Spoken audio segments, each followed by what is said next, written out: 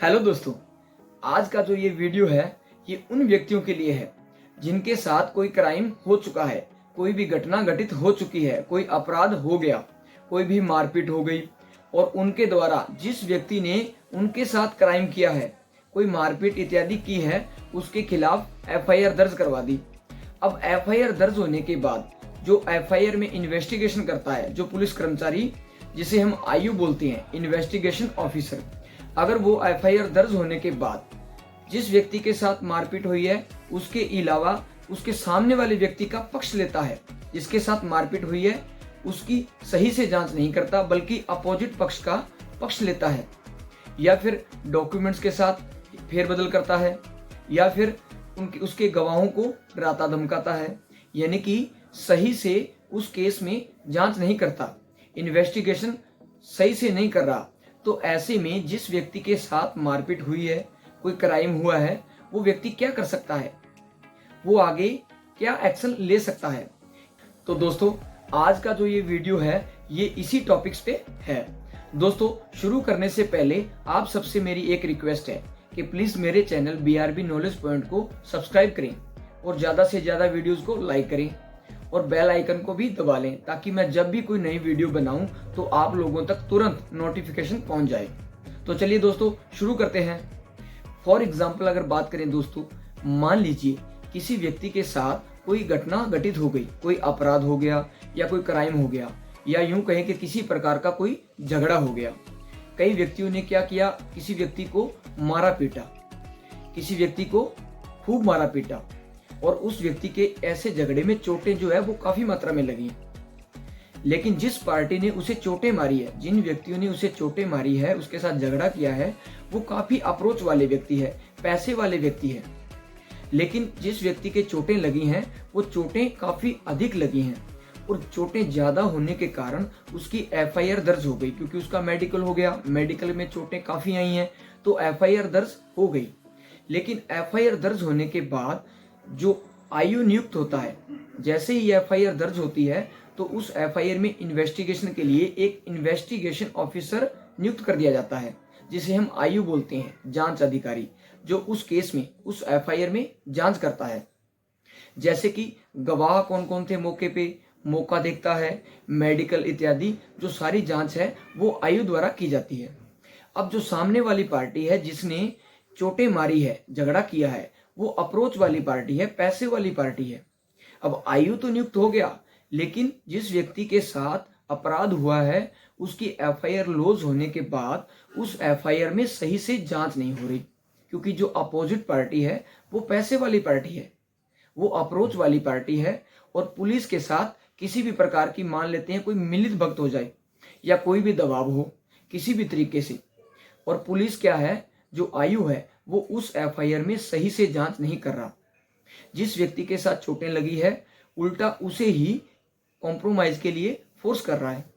या फिर जो उसके गवाह है, मौके के जो गवाह है जिनके सामने झगड़ा हुआ, चोटें मारी, उन गवाहों को डरा धमका रहा है, मुकरने के लिए मजबूर कर रहा है, या फिर उसके जो डॉक्यूमेंट्स है, जैसे मेडिकल रिपोर्ट हो गई या कोई अदर डॉक्यूमेंट्स है, उनके साथ छेड़छाड़ कर रहा है। तो दोस्तों, अगर उस एफआईआर में जो आईयू है वो सही से जांच नहीं कर रहा तो पीड़ित व्यक्ति क्या करे, जो पीड़ित व्यक्ति है वो उस आईयू की, उसकी हायर अथॉरिटी, डीएसपी साहब, एसपी साहब, डीआईजी, आईजी, उसकी हायर जो अथॉरिटी है उसको एक कंप्लेंट कर सकता है,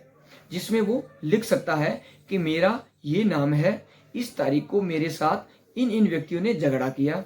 जिसमें मुझे चोटें काफी लगी हैं और मेरा मेडिकल भी हुआ है। एफआईआर तो दर्ज हो चुकी है, लेकिन जो आईयू नियुक्त हुआ है वो आईयू केस में सही से जांच नहीं कर पा रहा और ना ही हमें हमारे केस की जो जांच है उसके बारे में कुछ बता रहा, उल्टा मुझी को कॉम्प्रोमाइज के लिए फोर्स कर रहा है, मेरे गवाहों को डरा धमका रहा है, मेरे जो डॉक्यूमेंट्स है, मेडिकल वगैरह है, उनके साथ छेड़छाड़ कर रहा है। तो ऐसी शिकायत करने के बाद जो हायर अथॉरिटी है वो उस आईयू को आदेश दे सकती है कि इस केस में, इस एफआईआर में जो जांच है वो सही से हो, या फिर आईयू चेंज कर देता है। ये उस पीड़ित व्यक्ति के पास रिलीफ है कि वो अपना आईयू चेंज करवा सकता है या फिर हायर अथॉरिटी को शिकायत करके उस आईयू की शिकायत कर सकता है।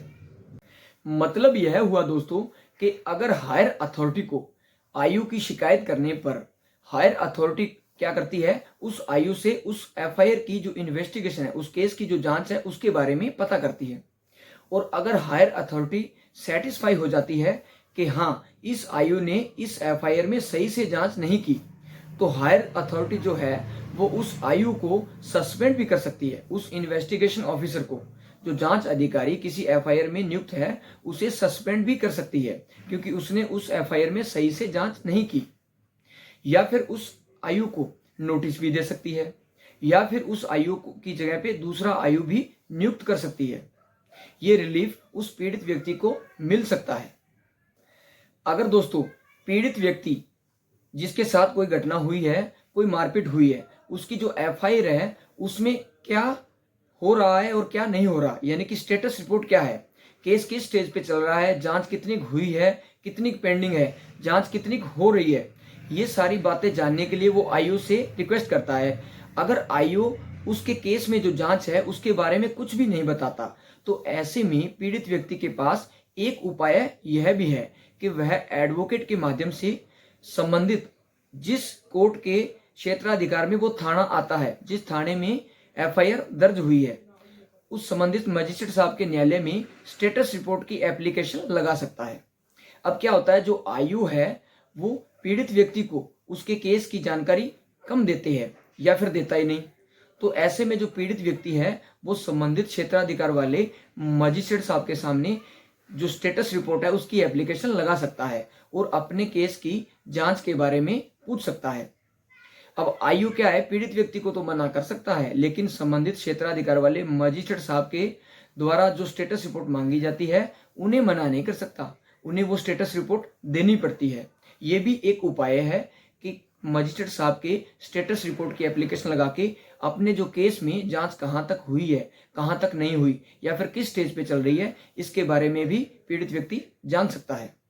तो दोस्तों ऐसी और कानूनी जानकारियों के लिए प्लीज चैनल को लाइक और सब्सक्राइब करें।